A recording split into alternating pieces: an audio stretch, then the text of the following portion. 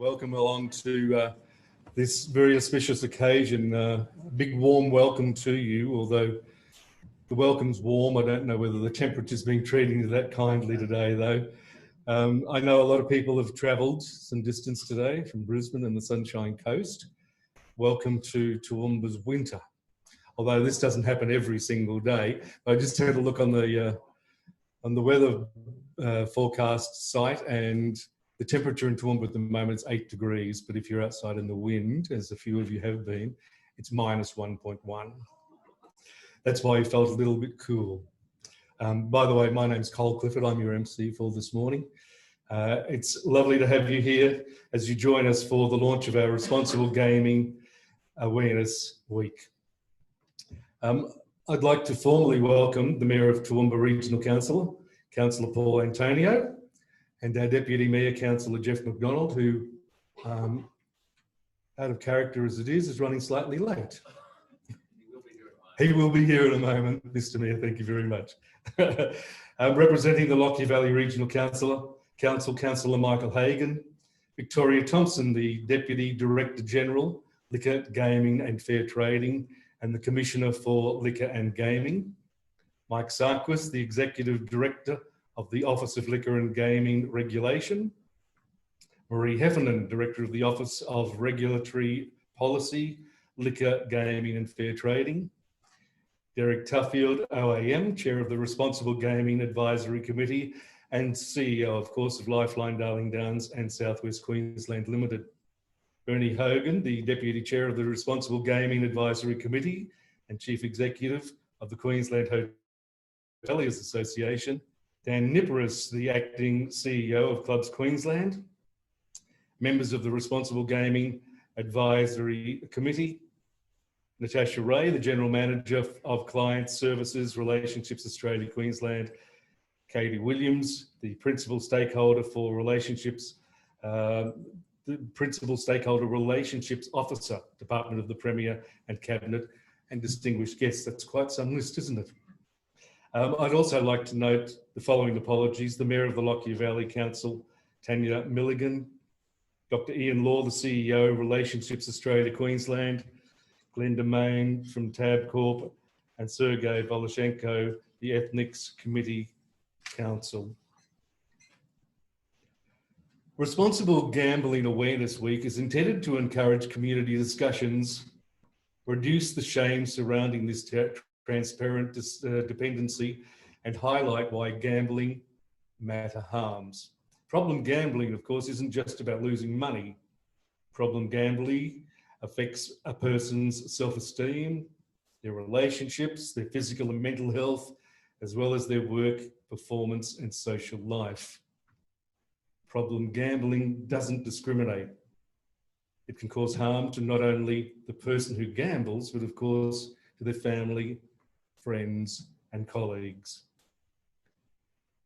This is quite an important occasion today, and it's, I think, the first time that it may have been held outside of a capital city. So Derek, who's the chairman, congratulations on bringing it to Toowoomba, and to everyone who's travelled up to be a part of this today.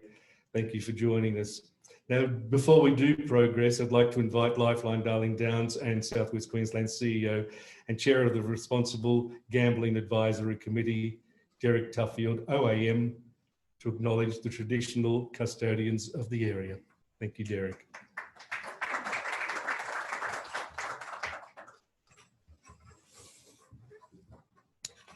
Thank you very much, Cole. It's wonderful to have you all here with us today.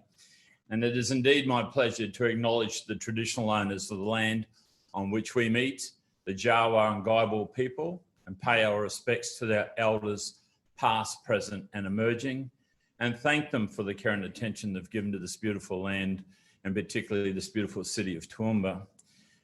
It would also be remiss of me not to acknowledge the passing of one of our traditional elders here, the late Darby McCarthy, Richard Darby McCarthy, who actually attended, a number of the members will remember the RGAC meeting here a few years ago, probably 18 months ago in Toowoomba. He was a great advocate for his people, great advocate for his community, and he's certainly sadly missed. So we think about him today, and thank you for coming.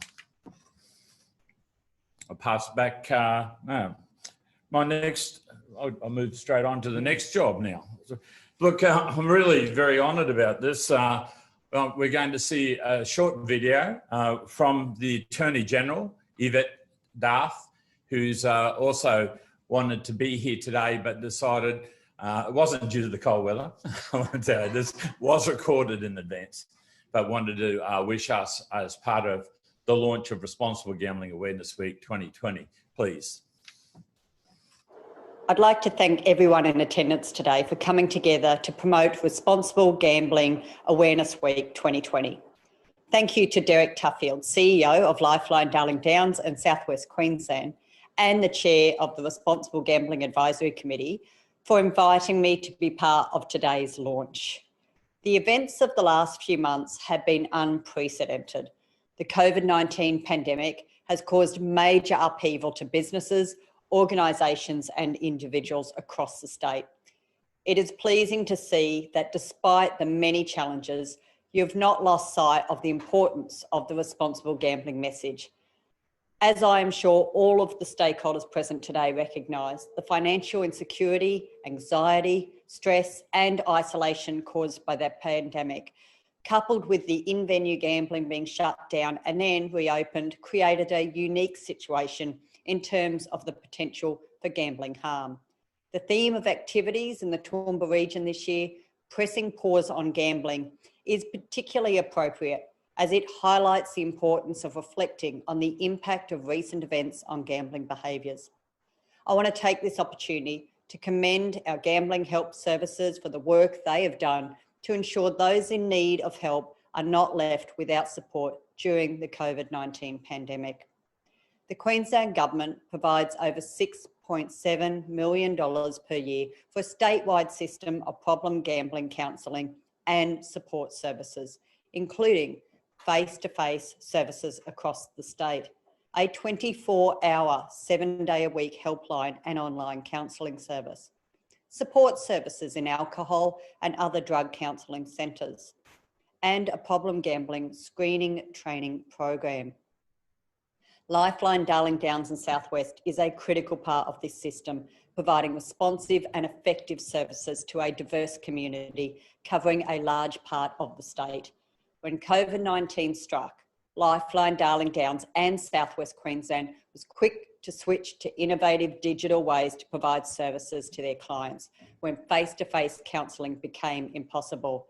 I understand feedback from clients has been positive, and Lifeline found that these new methods have been of benefit, helping services to be delivered effectively over a very large geographical area. In fact, these innovations have led to improved engagement with people in remote areas where providing face-to-face counselling is challenging.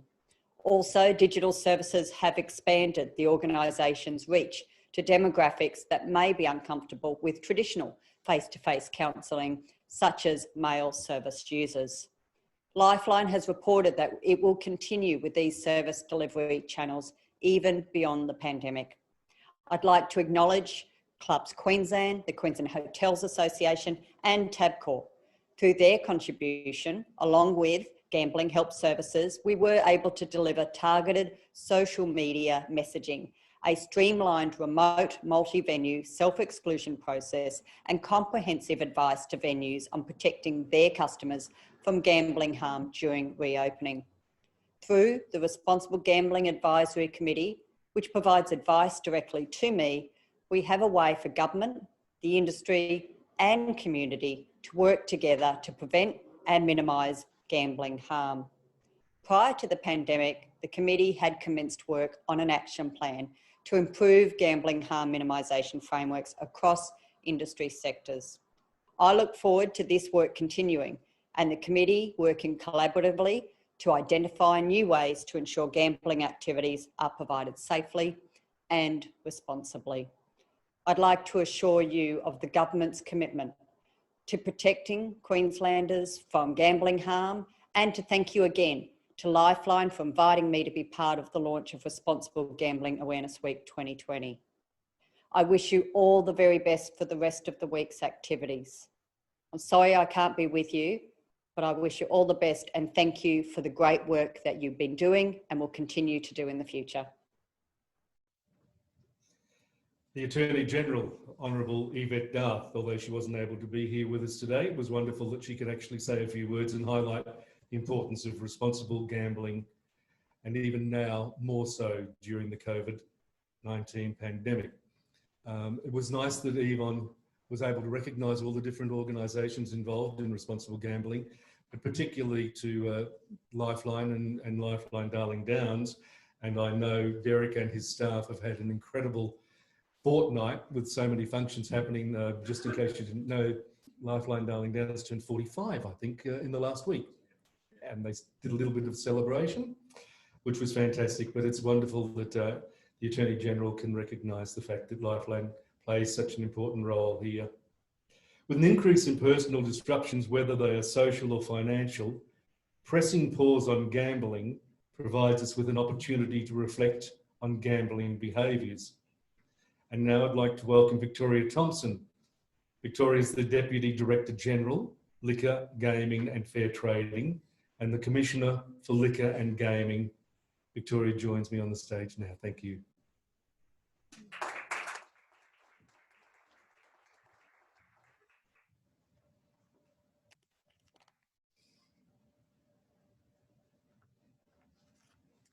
Can I too begin by acknowledging the traditional custodians of the land on which we meet today, the Guide-Bull and Jawa people, and pay my respects to their elders, past, present and emerging. Can I also acknowledge you, Mayor Paul Antonio? It's lovely to meet you this morning and have a bit of a chat about my travel up from Sandfield this morning. Councillors McDonald and Hagan, Derek Tuffield, the Chair of the Responsible Gambling Advisory Council, and all of its members, my colleagues and everybody that I've yet to meet this morning. Hopefully we can have a bit of a chat whilst we demolish that delicious looking morning tea after the event. So thank you, Derek, for the opportunity to talk with everybody this morning for the launch of the Responsible Gambling Awareness Week. I was appointed Commissioner for Liquor and Gaming in October. So at the end of last year. So this is actually my first RGAW. And I'm very pleased that to come here to beautiful, fresh Toowoomba and to share it with all of you today. As the Commissioner, my job is to lead the regulation of gaming industries in their very many forms. So casinos, lottery, keno, wagering, and of course, electronic gaming machines. Immediately prior to being the Commissioner, I was headed up the state's electrical safety regulator. And you're wondering, the connection. I wanted to tell a few stories this morning, I think, which will reflect on my job, the work that I did there, and how I'm going to bring it to the job that I do now. So, as I say, headed up the state's electrical safety regulator. Electricity is obviously a commodity we can't live without. It has amazing social and community and economic benefits, but it also can cause potential significant community harm. It can cause death, it can cause fire, and it can cause injury. And so a big part of my job in that role was to raise awareness about electrical risks. And what I learned in that role about effectively raising awareness is that you have to look beyond what you can see. And let me just explain what I mean by that. So when I first started in that role, we thought that there were about 30 serious electrical incidents in Queensland every year. So these were incidents that had been reported to the regulator.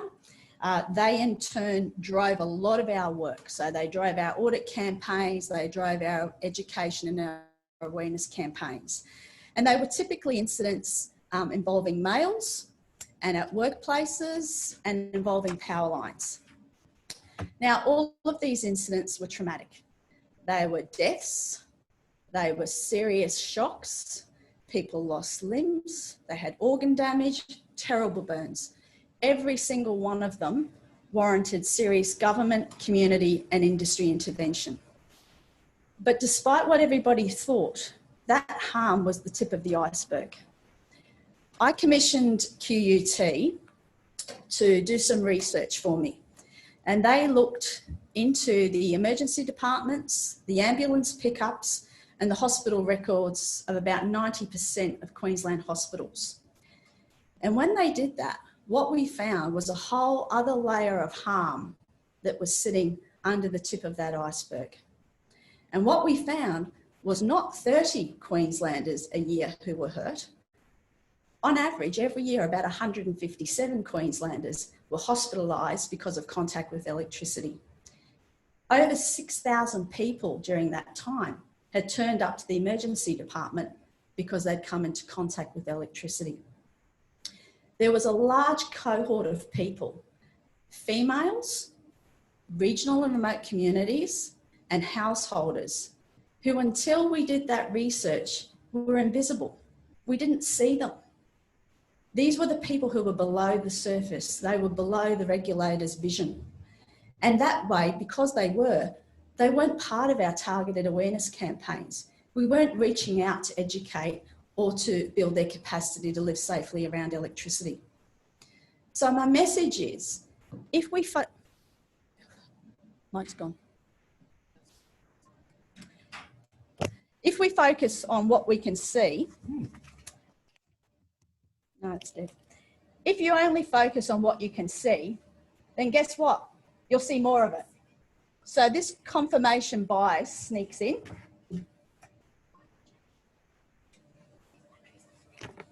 It's all right, you can hear me, can't you? Yeah. So if you focus on what you see more of it. Derek! Welcome to Toowoomba. Somebody's just going to nip down to Bunnings and we'll get something sorted. So you focus on what you see, confirmation bias sneaks in, you see more of what you think you're going to see, and that keeps you going on the cycle that you've always been on. This focus on top line data also underplays the true extent of harm. Every serious electrical incident has a ripple effect. Each person who is killed or whose lives have been forever changed by contact with electricity has a circle of family and of friends. Their incident is typically witnessed by their work colleagues. It has to be responded to by first responders and inspected by government investigators. Their employers and their supervisors are often racked by trauma and by guilt. Businesses sometimes do not recover. It's beyond them to move on. Since I started as Commissioner for Gaming and Liquor last year, people have said to me, but Victoria, only 0.05% of Queenslanders are problem gamblers. Now that top line data may well be what the Gambling Household Survey tells us, but an approach that focuses on the margin downplays the ripple effect and what is not easily seen. When Bob Gibbs introduced the Gaming Machine Bill Act into the Parliament back in 1991, he referred to the risk to the peace and happiness of a person's family being endangered. A problem gambler lens fails to acknowledge the harm that can arise from low and even mid levels of gambling, and it also misses an opportunity for early intervention. It glosses over the comorbidities of gambling, alcohol and drug dependence, depression, anxiety, experiences of abuse and trauma. All sorts of complex mental health issues are also experienced. I understand that nearly half of the clients who use gambling help services have at some stage experienced serious mental health issues. So raising awareness about these issues is part of any regulator's toolkit. And lived experience stories are particularly effective. And the reason why they are particularly effective, I believe, is again because they force us to go beyond what is on the surface. A few years ago, the Queensland government actually established a committee for families who had lost people in workplace incidents. It's known colloquially as the Families Forum, and it provides advice to the government about what support services should be given to mums and dads and brothers and sisters who have lost people at work. Several of those committee members also very generously volunteer their time to go around to workplaces and to talk about their experiences, to talk to employers about their responsibilities, and also to challenge workers about their most important reason for staying safe at work. Now, last September, just before I joined this organisation, I sat in a room with about 80 electrical apprentices at Acacia Ridge TAFE, whilst Dan Kennedy talked about the electrocution of his son, Dale. Now, Dale was an apprentice. He was in a roof space of a college at Bentley Park near Cairns, and he was laying cable when he contacted Livewise. It is one thing to have an industry article report on the death of an electrician. It is another thing to have a government inspector lecture you about the rules. But I can tell you that it is completely another thing to hear a father tell young people the story of how the only time that he will hear his son's voice is when he listens to a voicemail message that was left on the day that Dale died, which ended with, "I love you, Dad." Those 17 to 25-year-olds did not fidget. They did not play with their phones. They sat looking at the floor and looking at their shoes. And let me tell you, they were uncomfortable. And the reason that they were uncomfortable is because they had been there. They were, Dale, in that roof space. They had been there, or their mates had been there. They all knew. It was a story of empathy and of love. They saw themselves in Dale. And their stories, since starting as the Commissioner, we, and through Derek, through the RGAC, have invited people with lived experience of gambling to come and talk to us about how we might go ahead in terms of gambling harm minimisation. Their stories lay bare the shortcomings of a rational gambler model.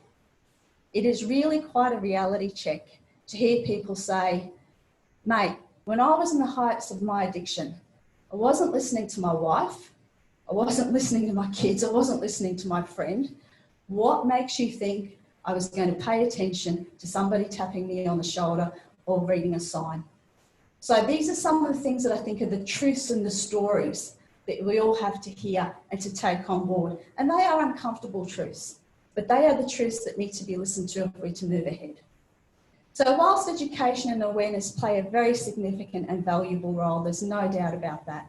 If we are truly to effectively minimise gambling harm, then we must take a multi-pronged approach. And as the attorney alluded to in her short video, we started that conversation with the RGAC pre-COVID, which obviously seems like a complete lifetime ago. But as we come out the other end and as we are stronger together coming out of COVID, we will get back onto that agenda. And I really look forward, under Derek's leadership, to working with the Responsible Gambling Advisory Council and coming up with ways that we can work together collaboratively to minimise harm. And I especially look forward to coming back next year if I'm invited, Derek, to raise your awareness about our successes in that pursuit. Thank you so much.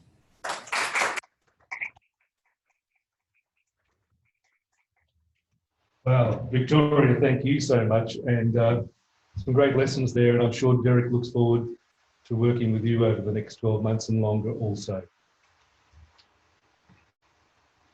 Problem gambling is often hidden and the impacts not spoken about, as I'm sure you're aware, can be very sensitive and quite uncomfortable. Responsible Gambling Awareness Week aims to reduce the stigma for people affected by problem gambling and promote the range of support and services available across the Darling Downs and southwest Queensland.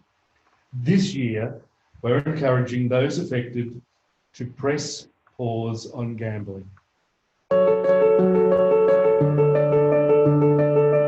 Gambling led me to being homeless, helpless, and hopeless. Because after a while, you start to think, look, even if I win the biggest jackpot in the house, I'm still going to be behind. I'm not going to catch up, you know? And it's, so you're just in a hypnotic state. I'd be at a party surrounded by people that I was friends with, and I'd feel so alone in that space, you know, and I'd resort to going to the bathroom to watch races on my phone at parties. and putting bets on in that space. So it's quite a weird feeling to be surrounded by 40, 50, 60 people and feel disconnected. Yeah. It really got ugly. I was living with my two sisters, and they knew the extent of my problems, and they were trying to help me. And and I abused that. And so one day, my youngest of my two sisters came home and said, "You know what? I've talked to our parents, I've talked to our sister, and we've come to this decision. We love you enough to no longer have you in our lives. I won't kick you out of this house today, but you must find alternative accommodation."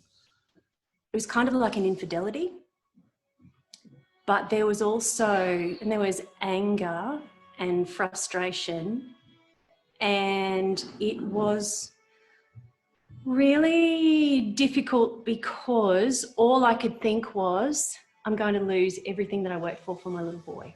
And look, I was just about on the verge of my 31st birthday, and I was exhausted from my gambling because there was so much lies, there was so much manipulation.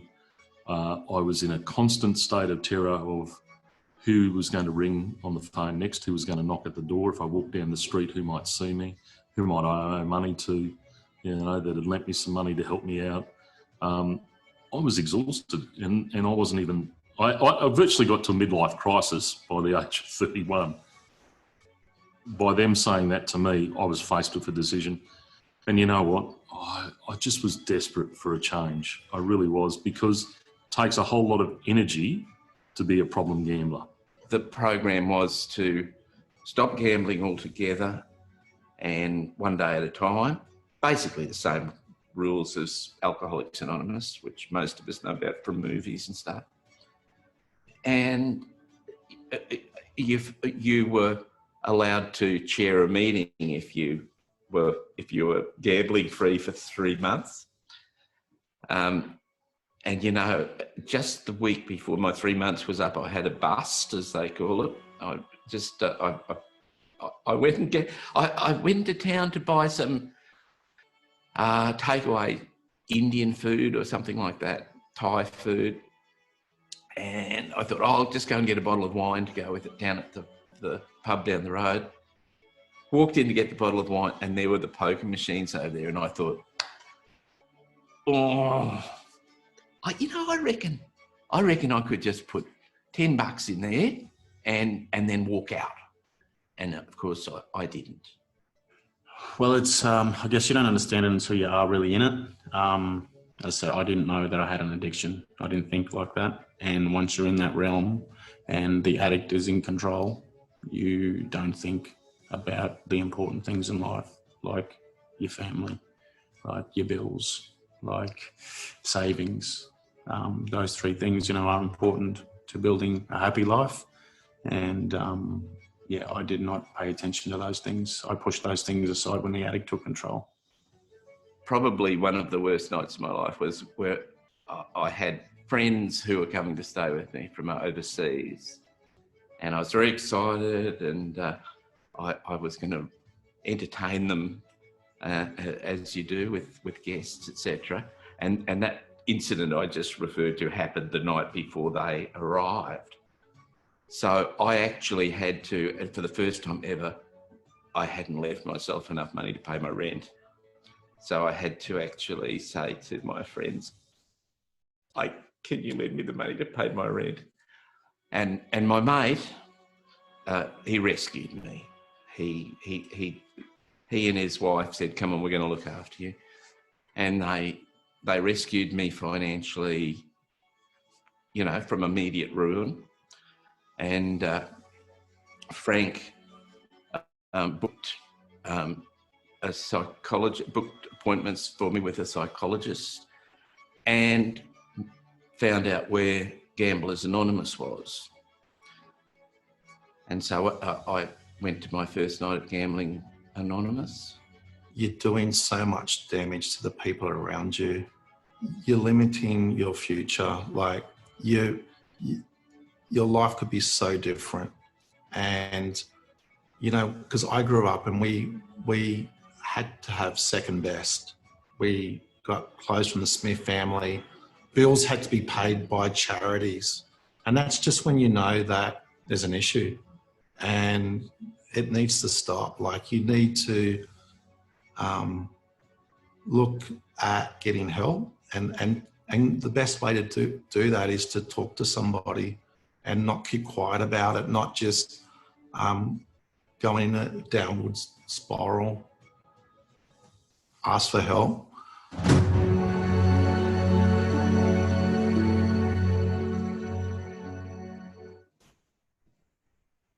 Wow.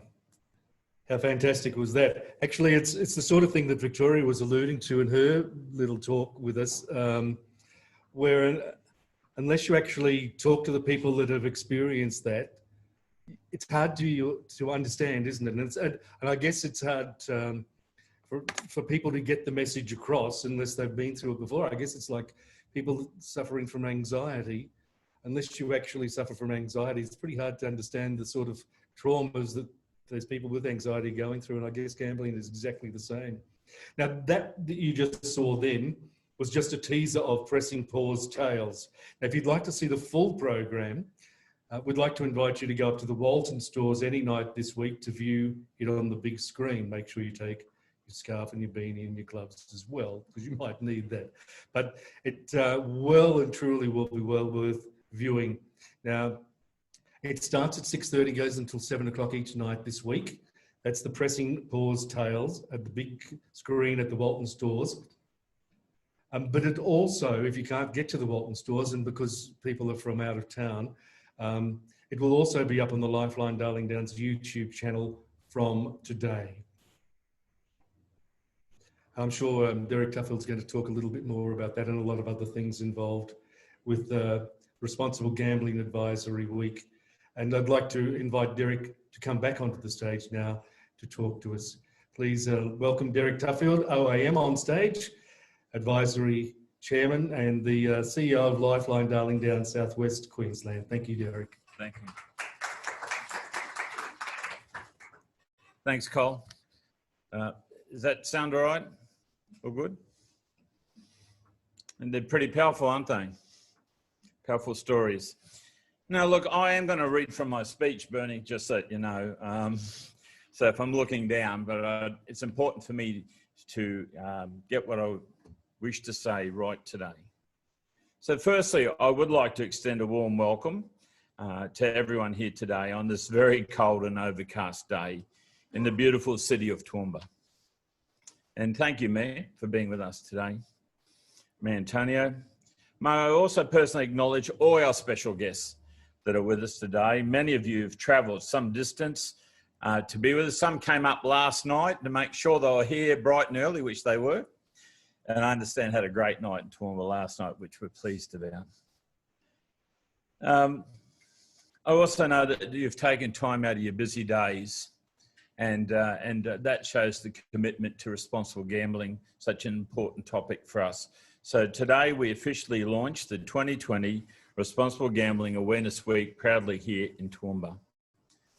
And following on from that, may I also again just acknowledge the traditional owners, the true custodians of the land on which we meet today, and pay my respects to their elders, past, present and emerging.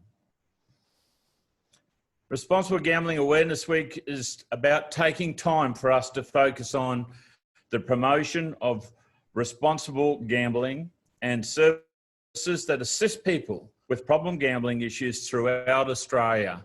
Responsible Gambling Week, in actual fact, a lot of people don't understand or might not be aware, is actually a national week that occurs in different months of the year, often in May and sometimes in March. But for us, for our state of Queensland, it's the 27th of July through to the 2nd of August, 2020.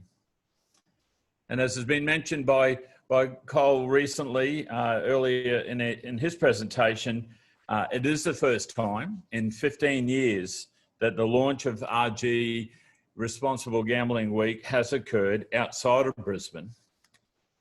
And Lifeline Darling Downs in Southwest Queensland is very proud to be a member of the Gambling Help Services in Queensland, and has been a member since 1993, when the network was known as Break Even. Now, a lot of people are probably not aware of that, but in actual fact, when the decision was made to fund support services for people affected by gambling, the network was in actual fact called Break Even. But then they realised, and research will do this for you, that during the years between 1993 and 2002, that people went looking in the phone books. Remember, we used to use phone books. Now we go online and we actually search it on our phones. But in those days, people started looking under G for gambling, and we were under B for Break Even. So the decision was made to change the name to Gambling Help. And that was a good move. This year's theme for Responsible Gambling Awareness Week in Queensland is Getting Help is a Safe Bet. And the week commenced, as I mentioned, from today. As everyone in the room today would be aware, our world this year has been turned upside down and continues to be turned upside down following the devastating impact of COVID, the coronavirus, commonly known as COVID-19. And as the Commissioner for Liquor and Gaming, Victoria Thompson, said in her newsletter last week, the theme this year is about Gambling Help is a Safe Bet. It's about reminding us to stop, to take a breath, to think about their gambling, plus highlighting always that help is available in so many ways. And it is about people being aware that help is available to them, whether that's by ringing the 1800 858 858 24-hour helpline, whether that's about contacting a gambling help service throughout the state, and there are many of them. You know, the Queensland government spends almost $5 million a year funding gambling help services in Queensland. People, when they need help, it's about knowing it's there and reaching out for it. Due to the impact of COVID-19 and the closure of many gambling venues for almost 3 months, people have had the opportunity to reassess their gambling habits. The industry's been through a torrid time, as many of their members have struggled financially, along with other businesses, to keep their staff employed and to keep their business enterprise financially viable. JobKeeper's been a blessing for some 3 million employees nationally and for their employers in Australia. And the new tiered model is coming into effect post the 27th of September this year. And for many industries, obviously very keen to see what that's going to look like. As patrons return to the hotels, the clubs, the casinos, it's important to remember that as part of Responsible Gambling Awareness Week, we remember that a code of practice is also based on a shared commitment by the gambling industry providers to providing guiding principles of ethical and responsible behaviour. These principles recognise the importance of customer well-being and the focus on minimising potential harm of excessive gambling. And Brad Fitzgibbons was telling me today that in actual fact, as part of showing their support, his gaming venue here today is closed. Brad, where are you, Brad? He's disappeared? Oh, well, he'll hear that anyway. But they're actually closed today. It's important that people, Brad, thank you for closing the venue today.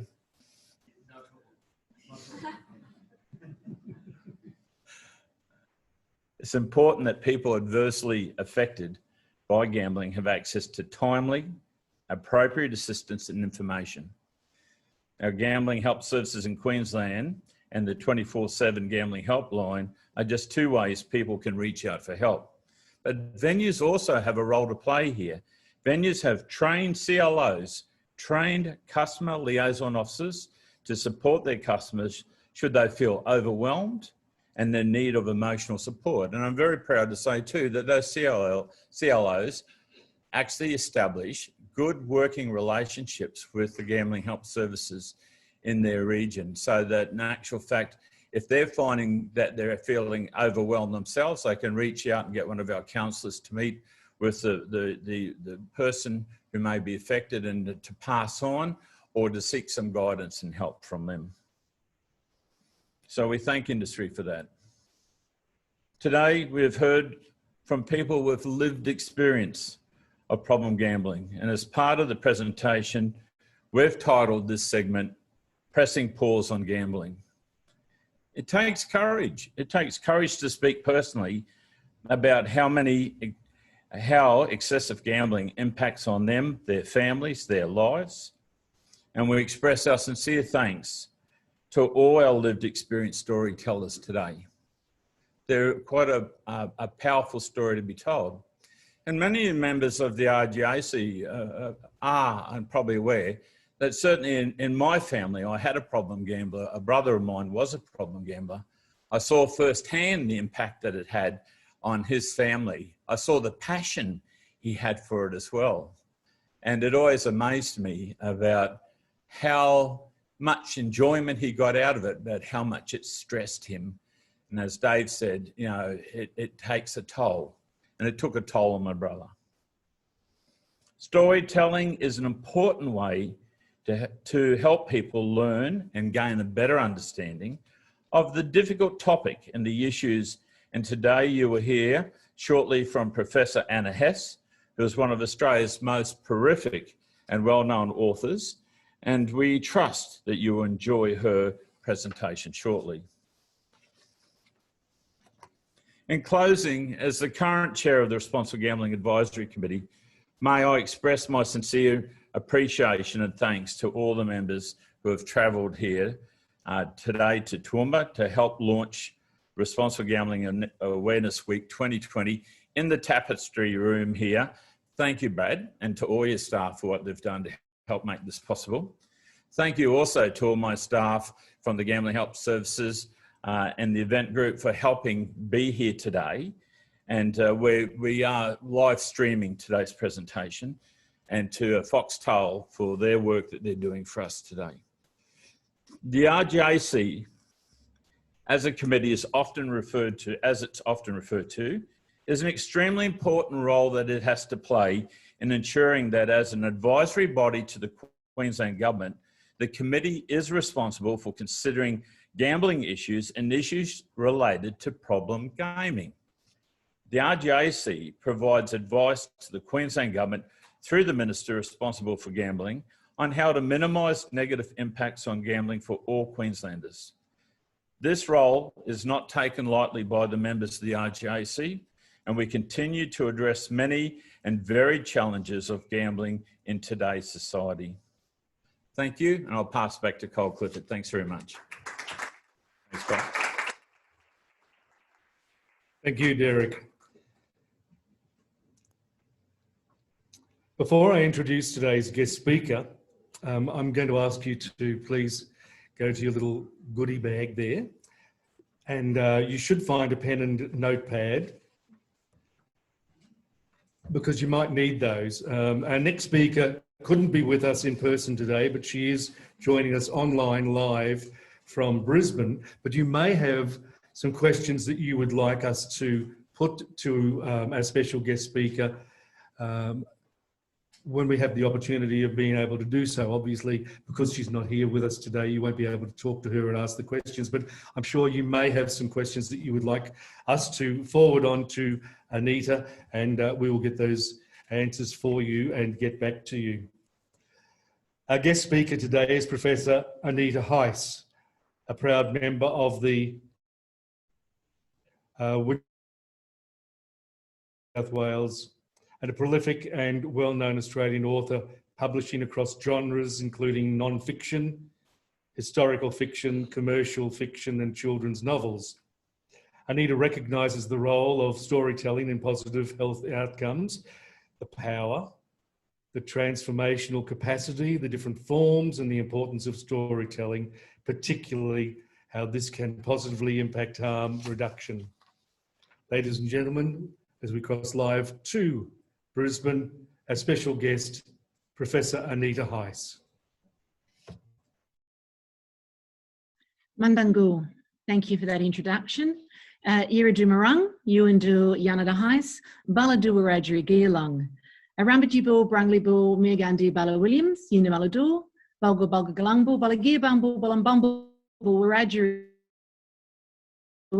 Yagaragul, Chirubulgul, Yugambay Mianjangul, Mayangul.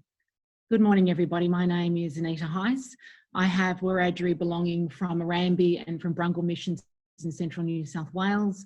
I'm a Williams, and I have paid respects just in language then to my elders, to the old people, to those who have passed over, and acknowledge that I have respect for Wiradjuri country. I've also paid respect to the country that I'm on today, here in Meanjin. Most of you will know that is the city of Brisbane, and the original storytellers of this place, the Yugambeh, Yagara, Turrbal peoples. I actually live on Yagara country in South Brisbane, but I was born on the land of the Gadigal. Most of you will know that as the city of Sydney, and born and raised in between Long Bay Jail, Malabar Sewerage Works and Oracle Industrial Estate on Darawal country. Perfect setting for creative inspiration. I grew up in the 70s, where some of you may have been alive at that time, and we played cricket in the streets and we walked safely to and from home and school, and neighbours often had a key to our back door or front door. So as I mentioned, growing up in Maddo was a perfect setting for creative inspiration, and it's where many of my stories come from. Now, this morning, I want to talk about the role of storytelling in providing support and education in relation to gambling harm, not only for individuals, but for our entire community. I speak to you as an author. I'm not a specialist in this space. I am going to disclose my own gambling behaviour, and I want to look at how gambling briefly has been part of the Australian literary and storytelling culture for some time. Now, in preparing for today, I will tell you I've spent a lot of time preparing for 30 minutes, and I have learnt possibly more in the last few weeks than I have my entire life. But it made me start thinking about my own story and where I fit into a conversation or a discussion around gambling harm in our communities. I don't work in the sector. I don't consider myself a gambler, which no doubt probably many people say out loud often. I actually stopped going in sweeps for the Melbourne Cup many, many years ago, not because I considered it an issue of gambling, but because I was concerned about treatment of animals. I speak to you today as someone, though, who may be considered a gambler of chance. I did win $23 and $17 respectively last week in Oz Lotto and Set for Life. I won't lie, I would like to win $20,000 a month for 20 years. I religiously buy Powerball, Lotto and Oz Lotto every week. And with a good friend, we'll call her Susie. Every other day we text each other about how we're going to support all these charities around Brisbane and then fly helicopters around the world to go shopping post-COVID, of course. Increasingly, what I've noticed in recent weeks, and I don't know whether it's because of COVID, and I don't know whether it's because I've become more aware of gambling this year. It's the second conference I've been asked to speak at. But Susie's texts on how disappointed she is are almost daily. How disappointed she is that she's not winning something. Just to go back a little bit, in my 20s, I sat in a change box in Matraville RSL on Friday, Saturday and Sunday nights for 8 hours from 4 p.m.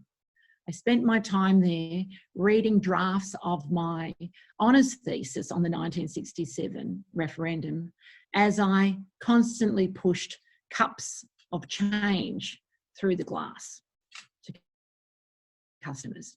Now, every other weekend that I didn't work at nights, I worked long days, finishing at 4 p.m, 8-hour days. I served hopeful patrons who were waiting anxiously as the roller doors went up on the club front entrance on Saturday morning and Sunday morning at 8 a.m. There were many occasions that I took phone calls from partners who would call the club looking for their partner, their husband or their wife. And I knew exactly where they were on the pokies. And I knew how much money I had given them.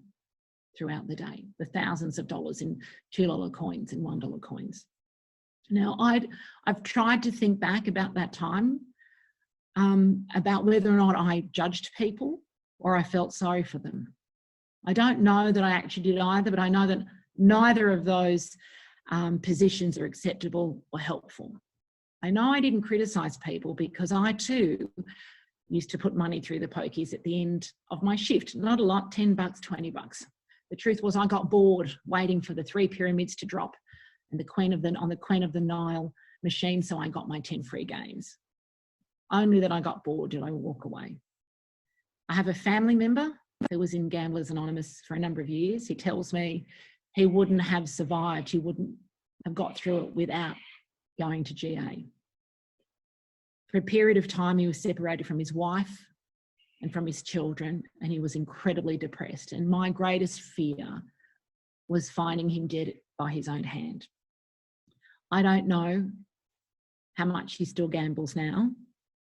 I do know it took an extraordinary toll on our family as we moved to control his finances and share his grief and fear with every loss. On a recent trip to the RSL, I was with him and his mother for dinner, and his mother asked him to go and put Keno on, and he did so. He went and did it, and I'm sure he put Keno on for himself. And when he was at the bar, I said to her, he's not allowed to gamble. And his mother said, but it's just Keno. And I realised that she didn't understand, and I realised that I didn't have the capacity to make her understand. It didn't matter what I said that night. She got quite upset with me. And then I realised he needed to share his story if he could. And I told him that I would be talking to you today about this. My own work over the last 3 decades has been about recording stories. Sometimes I record other people's stories in a comic form or in anthologies, and sometimes I record stories in novels. And a few weeks ago, while preparing for this, I went back and I looked at any references that I had made in any of my novels. So I've written 6 adult novels and children's novels and memoir.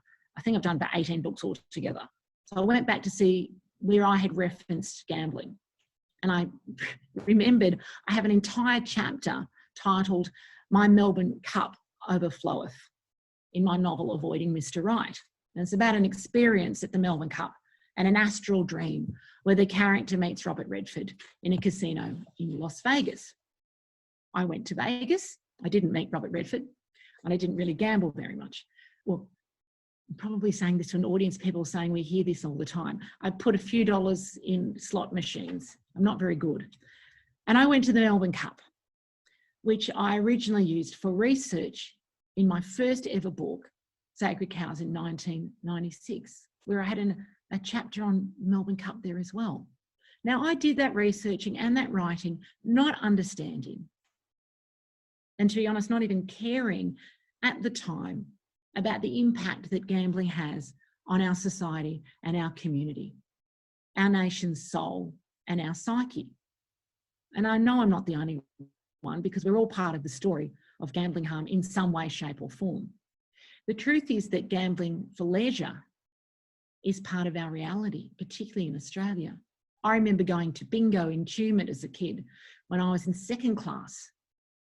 I also remember playing cards with the kids on the ground using 1-cent pieces while the aunties played cards on the table above us. How many people today have stories of childhood of being around adults who played bingo or housey and read racing guides, and that was a normal thing to see on Saturday. We accept Anzac Day and 2-up is legalised on Anzac Day. It's a practice that was and continues to be part of our national story, our history, our culture of mateship, and part of a tradition that honours those who served our country. Many Aussies love 2-up. But when does gambling as culture and tradition and as leisure become gambling as an addiction? And who is responsible for driving a conversation around that? Is anyone ever ashamed of gambling on Anzac Day? And does it matter if profits from gambling go to a valuable charity? I don't have the answers. These are questions for us to ponder as the conversation continues. Now, I know you've all got a pen and paper there, as was mentioned in my intro. I just wanted to ask everybody to take 1 minute, I put the timer on, 1 minute to make a list, to do an audit on any gambling practices that you personally have done or participated in the last year. Not specific, just general, raffles, kenos, sweeps, anything. If we could just do that for 1 minute, and then we're going to share that. Oh, you're not going to share that. You're going to hold on to it. I'm going to put the timer on.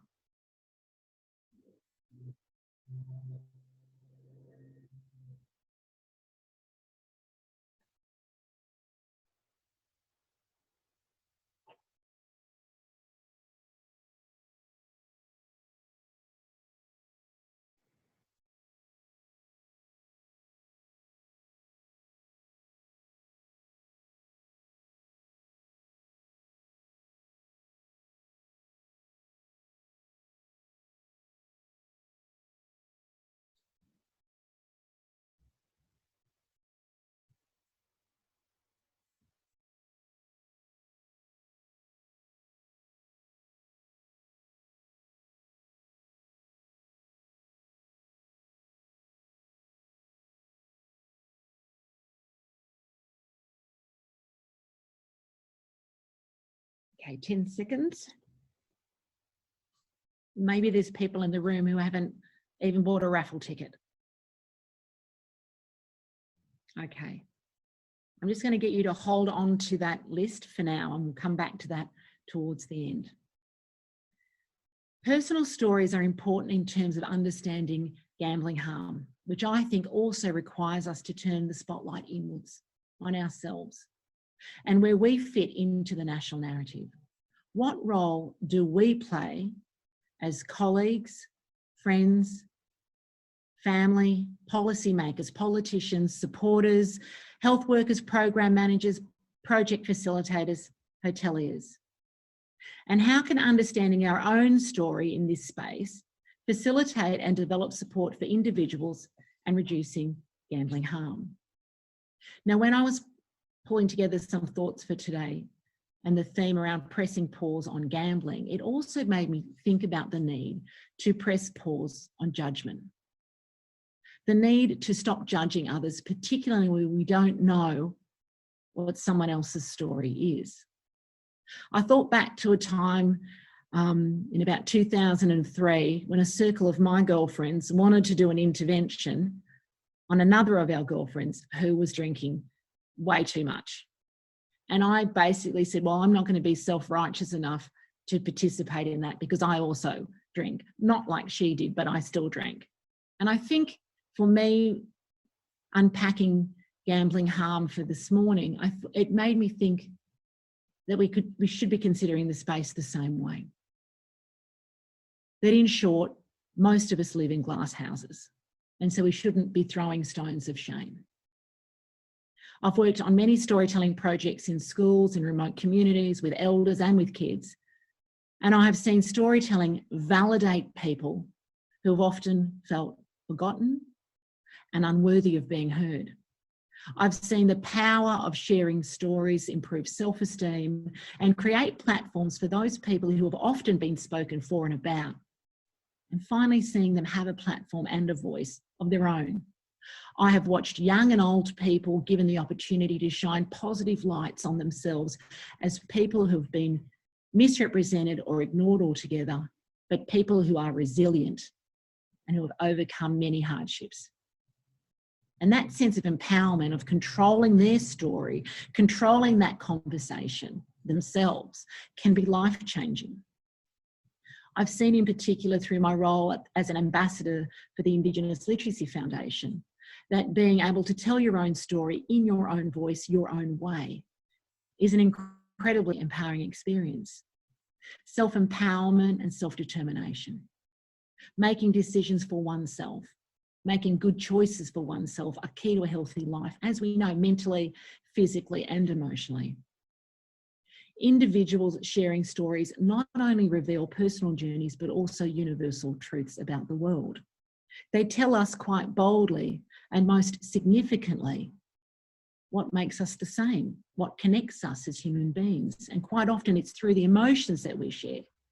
And when we listen properly, we can learn fairly quickly how we may think someone is very different to us because of their experiences, say, of addiction. But as human beings, we are essentially the same. And through sharing stories and speaking of our emotions, whether they be of guilt and shame or fear of rejection, or of the love that we have for our family, we can find those similarities that connect us. And I absolutely believe that if we look at what makes us the same as others, rather than what makes us different, they're an addict, I'm not, we are less likely to judge and more likely to engage in healthy, purposeful conversation. Now, how many of you this morning sitting there, I really wished I was there. I'm really sorry I wasn't able to drive. And I really wish I was there so I could ask questions and people could respond. But maybe you could talk about this at morning tea or at lunch. How many of you this morning can say that great things have happened in your lives, work-related or personal, that were born out of a single conversation with a friend, with a colleague, with your boss, with the mayor, or with a random person? I can tell you that most of my books, my best-selling books, have been born out of conversations that I've had with other people. One of them has been born out of a conversation that someone else had about me. And some of them are based on conversations that I've overheard. So I think we should not underestimate the power of conversation and storytelling. It's being springboards to significant outcomes. I want to talk a little bit about literary culture and gambling in Australia. And with modern technology, I'm going to share with you, where's it gone? We lived without Zoom and we lived without PowerPoint for tens of thousands of years. And now we can't. So I'm going to try again. We did road test all of this, and apologies. While I'm doing this, Janine Dunleavy said a few years ago, the original PowerPoint, Rock Art was the original PowerPoint. Let's try this again. Here we go. I'm hoping you can all see that. You may be surprised to learn that since 1901, there have been nearly 2,500 literary works. That's not government reports or reviews. These are works of literature that have been published by Australian authors and organisations on gambling. And within those stories, there are a range of topics, as you can see on the screen. I've listed them in order of most written about, so from gambling generally as a theme, topic, right through to sheep shearers specifically. It's a very interesting list, and that is not a complete list. Our national literature on gambling speaks of stories related to horse racing, to raffles, from casinos, to crime, to credit debt, from Melbourne Cup to marriage, or marriage conflict, I should say, from poker machines to poverty, from bookmakers to boxing. Only yesterday I picked up a brand new Australian YA novel, so for young readers, called How to Grow a Family Tree. And it's about a 17-year-old girl struggling with her father's gambling addiction and the impact on her family.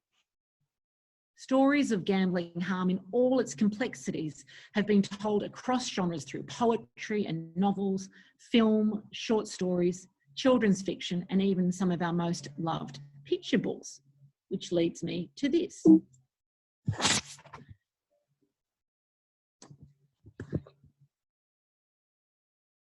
I recently did a series of online storytime sessions. Oh, should I be doing that? Online storytime sessions for children during COVID. And I read a book with this line in there. So in Hobart, late one night in the kitchens of the casino, they saw a lamington on a plate. Hush closed her eyes and nibbled. I was immediately horrified because it made me realise that gambling is so normal in our lives in Australia that even in picture books, the characters go to casinos. So you probably all know now because you saw the slides just a minute ago. But for those of you who didn't know, that line comes from one of our most cherished Australian picture books, the title we give to royal babies and visiting diplomats. It proudly speaks of going to a casino in Tasmania and eating a lamington, which I understand was first served in Toowoomba. Now, Magic Possum is an iconic work. It's a beautiful book. It was first published in 1983 and it's been translated into German, Japanese, Korean and Chinese. Just stop that share for a minute. I guess the issue for me is the reference to a casino in a children's picture book speaks to how entrenched and acceptable casinos are in Australian culture and as part of our national identity. And I think that's an important thing to note this week as well. Maybe we need to press pause on including places of gambling as normal settings in children's literature. Now, as a writer, I'm always unpacking language and definitions. And I will tell you though, they say the average human being has a vocab of about 10,000 words. And they said that they, being whoever out there in the universe on Google, said George W. Bush had 5,000 words. I have 5,000 words. The different words to George W. Bush, but I have a very small vocab. So I'm always unpacking language and definitions. So I need you to bear with me because I know everybody in the room knows the definitions around gambling. But it was interesting for me at the age of 51 to learn some of these. So, and when I go through this, it will lead to something more specific that you might not know. So in lay terms, we know that chance-based gambling is, you know, the lottery and bingo and gaming machines where it's, you know, there's the results are random, and that skills-based gambling is, you know, blackjack or poker or maybe on the races where you might have some ability or skill to influence the outcome, whether you win. We know that generally speaking, we understand that a gambler is a person who gambles. Now, in terms of that list I showed you and the literature around gambling in Australia, when I researched that, the context that literature appeared in was that gambling was a leisure activity. That concerned me as well. So if we look at the definition of leisure as being time used, free time for enjoyment, we could simply say that gambling should or could equal enjoyment, right? Well, maybe not. I'm going to put up another slide now. Let's see, here we go.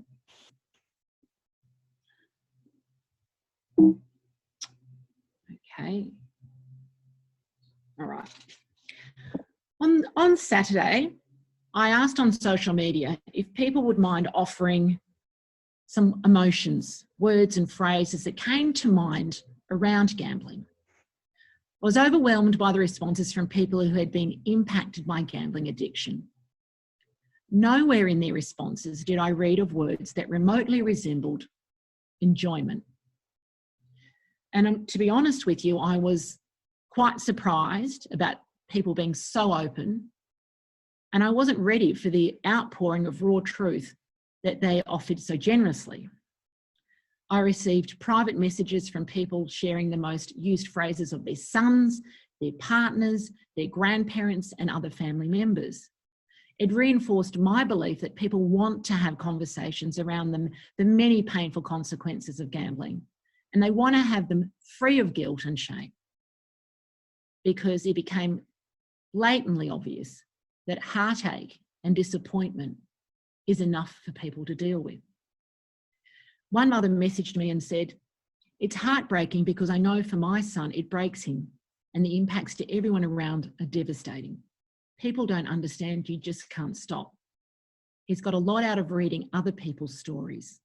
Stories help break the stigma, and they help people to understand it is an illness." I'm going to come back for a second. Most gambling, you all know, most of you are from agencies and in the sector, you'll know that most gambling support agencies have portals sharing real life, courageous stories from people who have overcome or who are dealing with gambling and gambling addiction. These stories speak of the challenges that individuals have faced and overcome. And they are told to offer strength to others and to let people know, to let others know that they are not alone. They provide support and affirmation of what is possible in terms of change. And they provide hope.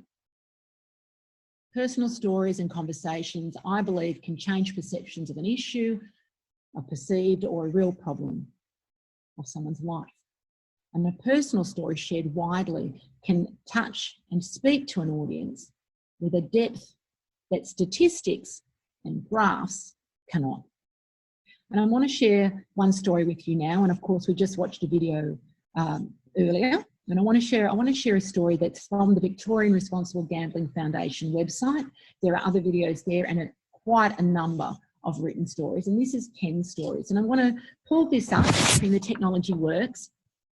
And while we're watching Ken's story, what I would like you to do is just make a mental note, or write it down if you like, a note of what stands out for you. I think what I need to do is I need to share screen again, and then I do that, and then I do that. 28-year-old. Whoops. My name is Ken Wolf. I'm 65 years old. I'm married. I have 2 grown-up children and 2 wonderful grandbabies. They're the light of my life. When I was 16, I was good enough to play senior football and senior cricket. And I was introduced to gambling that way. I was 16. I wanted to change my identity to a 26 or 28-year-old. So I joined in. And then, after a period of time, I crossed the invisible line. And the invisible line is where your gambling takes over everything and you're overwhelmed by it. And you can't wait to have your next bet. And you say to yourself, I'm lying about my gambling to my parents, my girlfriends. I'm lying about it. And worst of all, I'm borrowing money to gamble with. And that went on for years and years and years. There's a lot of money I never paid back. There was always an excuse why I couldn't give it to him. My youngest son, I'd taken money off him as well. And his sense of betrayal was very, very strong. It's an absolute cycle. And it just perpetuates itself week after week. And all the time I had this secret, this bloody secret within me in relation to gambling. And nobody knew. The gambler holds everybody away. I was far more relaxed when I was studying a form guide. It fed into my gambling addiction as an escape. And I was chasing losses all the time. And I went through the justification process. That's what gamblers do. They justify their actions.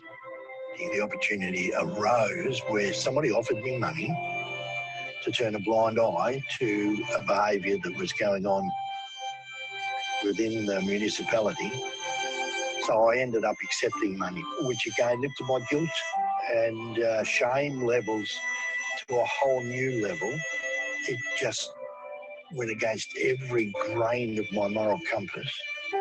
The 3rd of November 2010, I'll never forget the day, is the day that I heard those infamous words, "You are under arrest." And I've got to tell you, I went weak at the knees.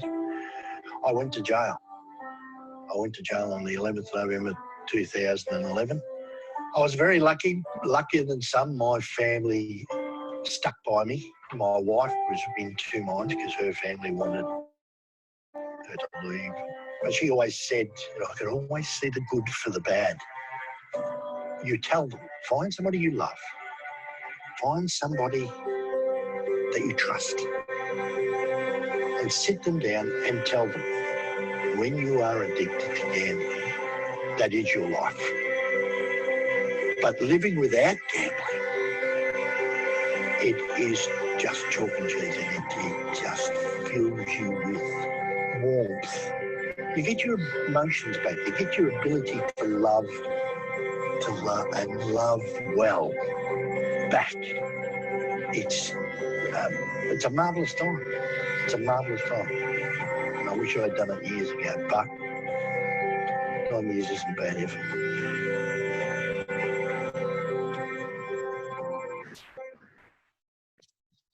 What an extraordinary story. Ken, I think, very bravely and generously speaks from the heart about crossing that invisible line, about the sense of betrayal. Geelong Football Club are proud to stand with AFL Barwon and their Love the Game clubs in saying no to sports betting sponsorship. Sorry about that. He speaks from the heart about crossing the invisible line, about the sense of betrayal he felt with his son, about the justification process and the guilt and the shame. But he also talks about the need to find someone to trust, to tell your story to. And I think the end of his story, the capacity and the ability for him to find love, to be able to love again, the sense of hope that he gives, and that story, that personalisation of the experience of gambling, it's a very powerful tool. And I think we need that more in terms of our desire to press pause on gambling. I felt like I learnt more in Ken's 4 minutes than I had in a lifetime. What we must remember, though, about the transformative power of story is it's not just for the storyteller, it's also for the story listener.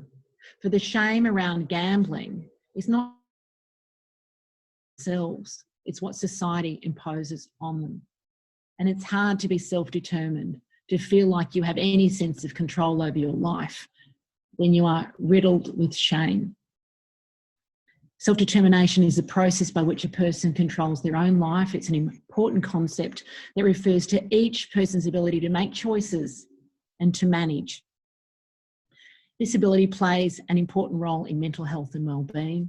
And I think sharing a story of healing and of self-discovery and of overcoming gambling harm is an act of self-determination. Choosing to share your story, you choose to own your story and your actions, the good and the bad. I'm not a psychologist, I'm just an author who's had the privilege of working with many Aboriginal people to share their own stories of healing, not in the gambling space, as it were, but in many other healing spaces. And I've seen the power of getting words on the page or on a video for each and every individual. And I've seen the benefits of people being heard, being understood, and not being shamed and not being forced to live with the stigma of all the negative stereotypes often imposed upon them. Being able to control your story, your own narrative, being in control of the conversation of what we're talking about today around gambling harm, gives power to the individual in a space where they could quite often feel powerless. And that's why storytelling matters. It's also why we should assume nothing about someone we don't know. If we don't know their backstory, we don't know what they're feeling or what they're experiencing. And it's why we really need to take conversations, or today's conversation, we need to take it seriously, not only today, but every day, because everyone has a story. And no one in this space, no one in that room today is any different. You each have a story that has brought you to this conversation. Your story may not be of a gambler or of a family member of a gambler, but we live in a community and you understand the impact of gambling harm. And by choosing to be here or there today, you've made a commitment to doing better for yourself and the community where you live. The conversation is bigger than each one of us, whether we are working in the space or living in the space or both. Gambling does not just harm the individual, as we know, their own sense of self or their identity. It impacts on their sense of belonging in society. Gambling harm is shrouded in stigma, and the only way to lessen that is to humanise it, to hear the stories of those at the centre, those who can articulate their addiction and how it impacts them, their families, their communities. Their words, more importantly, their choice of words, because they could be very different to my choice of words, is what we need to be listening to, taking on board and learning from. Stories shared, stories told are important. They are complex, but they are necessary. And if we can agree that many good things in society can begin with a conversation, then let's agree that this morning's conversation is the beginning of some real change, that we can press pause on gambling, that we can continue to raise awareness, and then we can start to shift the narrative from one of shame and stigma to one of hope and personal growth. I'm going to leave you with a call to action, if you don't mind. During the networking period, I know you've got something happening next. I'm going to ask you to take your list.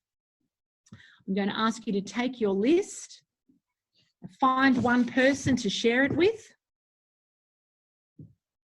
Share the list that you made this morning, share it out loud, and I want you to out loud make a commitment to doing one of the following.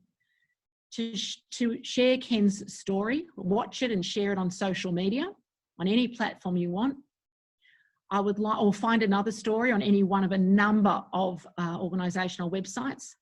I'd like you to do an audit, or choose to do an audit on your own opinions and determine where you can press pause on judgment yourself.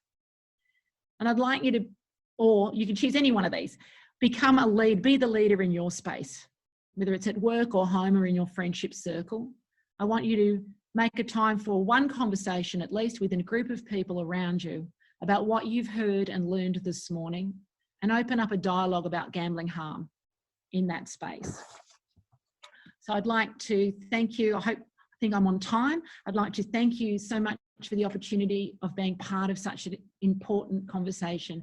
Important not just for the mob up there in Toowoomba and all the surrounding shires, but across the nation. Mandangul.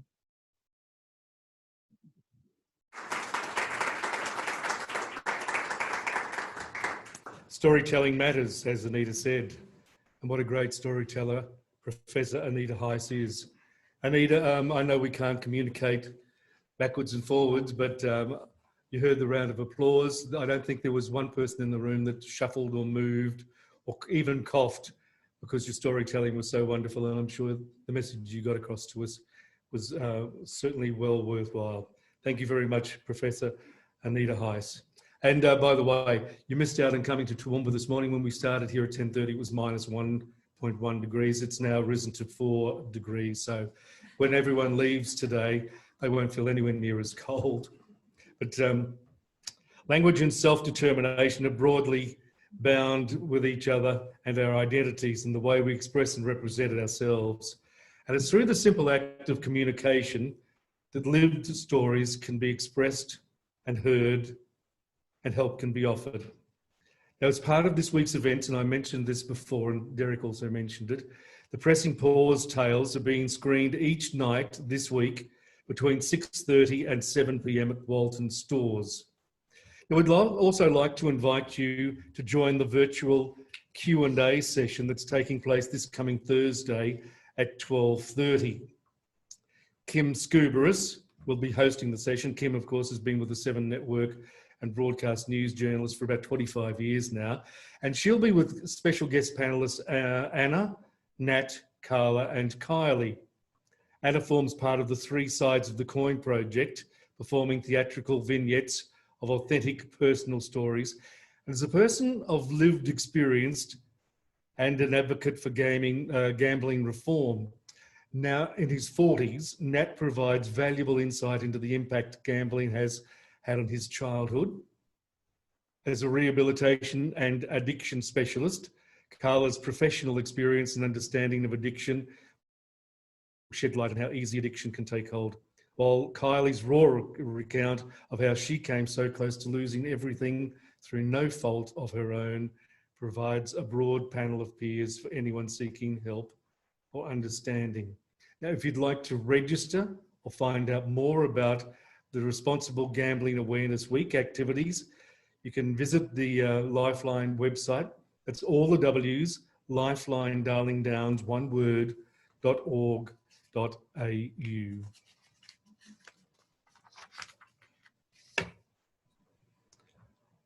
We'd certainly like to thank everyone for coming today, particularly those who've travelled distances to be here to attend. I'm sure that you certainly got lots and lots out of what our special 2 hours was for you today. We're very proud that this has been the first Responsible Gambling Awareness Week launch ever held outside of Brisbane. So to everyone who helped put this together, particularly you, Derek Tuffield, thank you very much. And for all of you who are travelling home, be safe on the roads, and thank you very much for coming. Good afternoon, everyone.